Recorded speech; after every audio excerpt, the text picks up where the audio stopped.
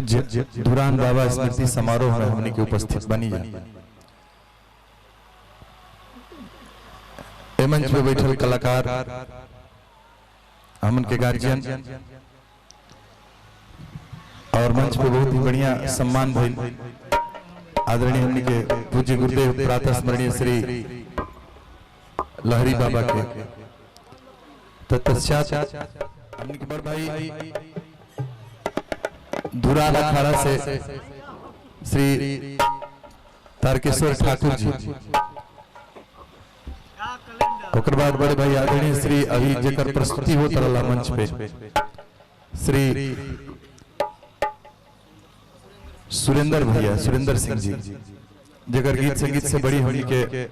लाभ प्राप्त होला हमेशा भी। भैया के दिल से सम्मान बा, सबके सम्मान बा। हम अशोक मिश्रा छोट भाई विनय मिश्रा के साथ है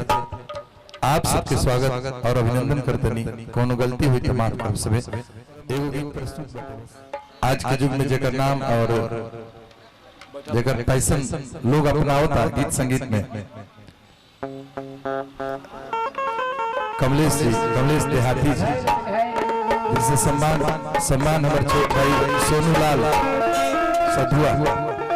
भाई के दिल से सम्मान बहुत ही बढ़िया माइक बोला था, बहुत अच्छा लगा। ढोलक से संगति हमारे साथ हमारे छोट भाई अभय पांडे जी,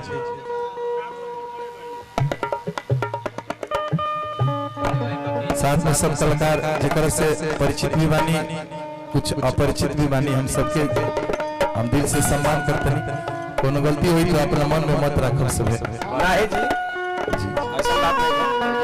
चलिए कुछ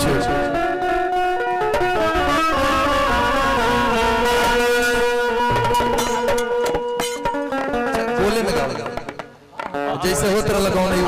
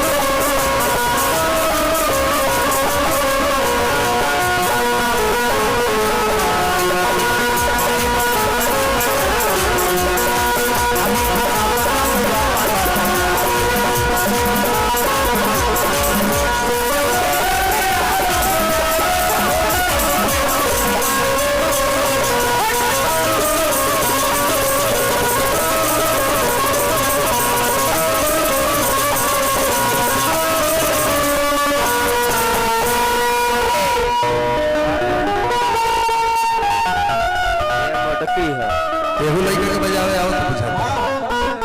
ठीक है बात तुम पर लाग जी हो आज एक मोटा बहन का दुल्हा पिटता नहीं।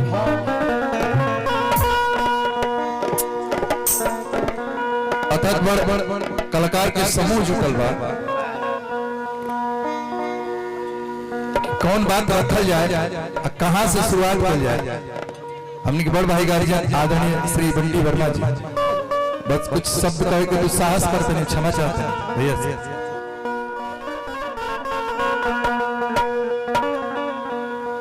दो चार मिनट हमन के गुरुदेव गावत रहनी प्रातः स्मरणीय स्वर्गीय श्री गायत्री ठाकुर कि मन की तरंग मार लो बस हो गया भजन,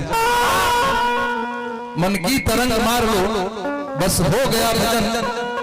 आदत बुरी सुधार लो बस हो गया भजन। वैसा व्यवहार करना चाहिए जौन व्यवहार स्वयं के पसंद नहीं खावत वो व्यवहार दूसरा से ना करे के चाहिए। महात्मा गांधी से पूछल गई केरवत गीता लेके हमेशा अध्ययन करीला बस कि नहीं खाली हमें एक लाइन चौपाई में वो आधा याद कैले बन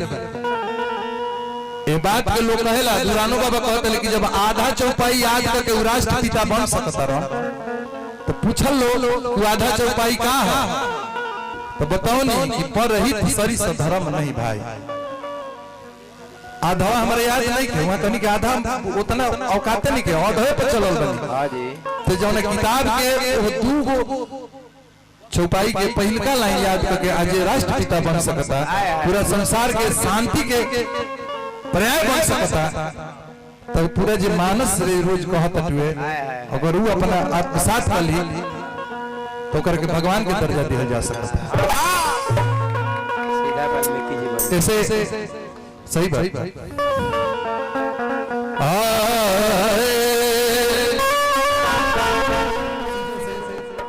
कि सर्वमंगल मांगल्य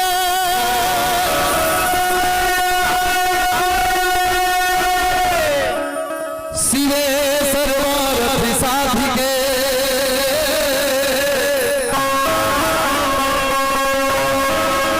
शरण्ये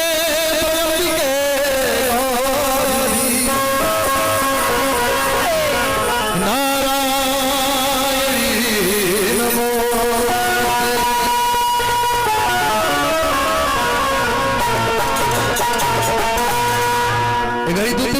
गीत गाओ तनी दुइये लाइन याद बा अब बड़ी हमरा अच्छा लगता शायद आप लोग के भी अच्छा लगी एकर के जैसन भाव मेरे बुझ ले या तो भक्त भगवान से कहता अना तो प्रेमी प्रेमिका से कहता दोनों में आप महसूस कर देंगे अगर ये चल आसरा इस जहां का मिले ना मिले मदद करो चाहे मत करो भोजपुरी में कहत कहाऊ लोग कहेला पुरनिया अरे तारे के 4 भुजा वाले जब दे दिए तो 2 भुजा वाला से का होके वाला भाई आज दुरान बाबा स्मृति आज जब तक भोजपुरी रही तब तक लोग के भोजपुरी के जाने ला वो दुरानो बाबा के जान ऐसे कि जब छोट रही तब गायत्री ठाकुर और दुरान के जोड़ी चला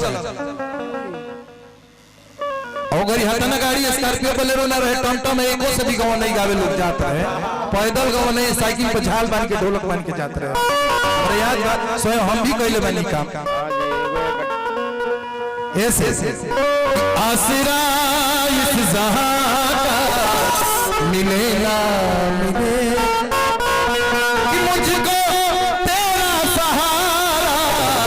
सदा चाहिए आसरा इस जहां मिले ना आसरा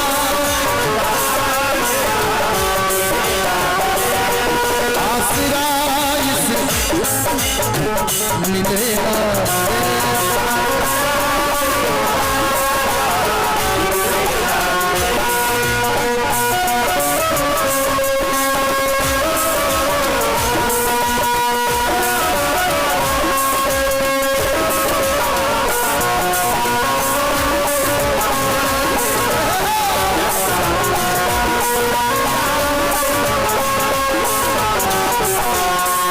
बहुत ही बढ़िया आशीर्वाद मिलल आदरणीय स्वर्गीय और हम के बड़ भाई के गीत बहुत कुछ रोचकता रहे सुनले बन जा समाहित भी केले बनी अपना मन में स्वर्गीय संजय एक्सप्रेस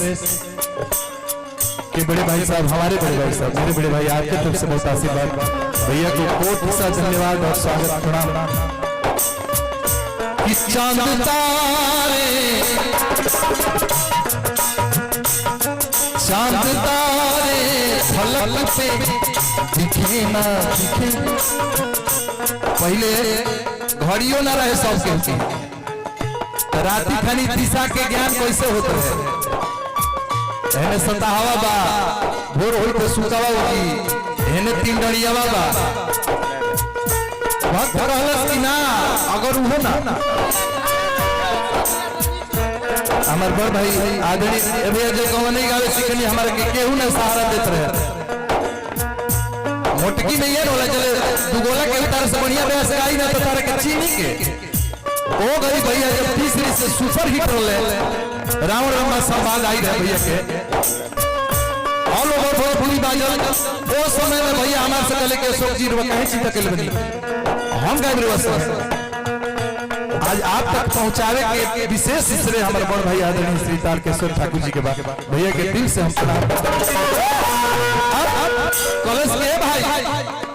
आज चांद तारे फलक से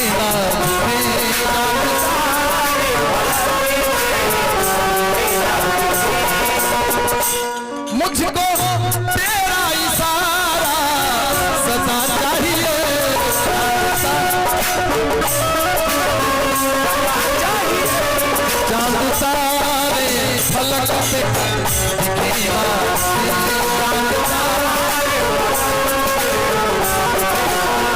छोटी छोटी बात है क्या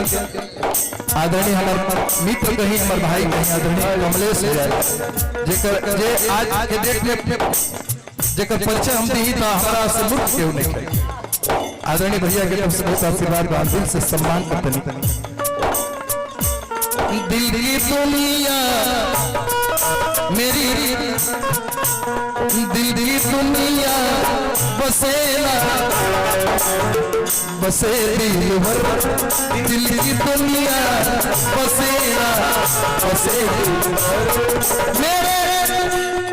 अब असली भेंट हुई असली बात हो या पहुंची कि मेरे दिल में बसेरा तेरा चाहिए दिल की दुनिया मेरी बसेरा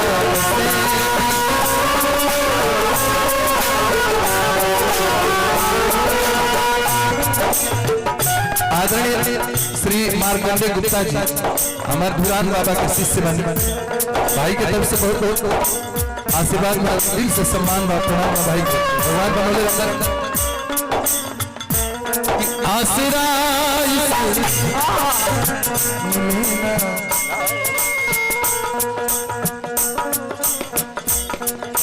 मुझको तेरा सहारा सदा चाहिए कैसा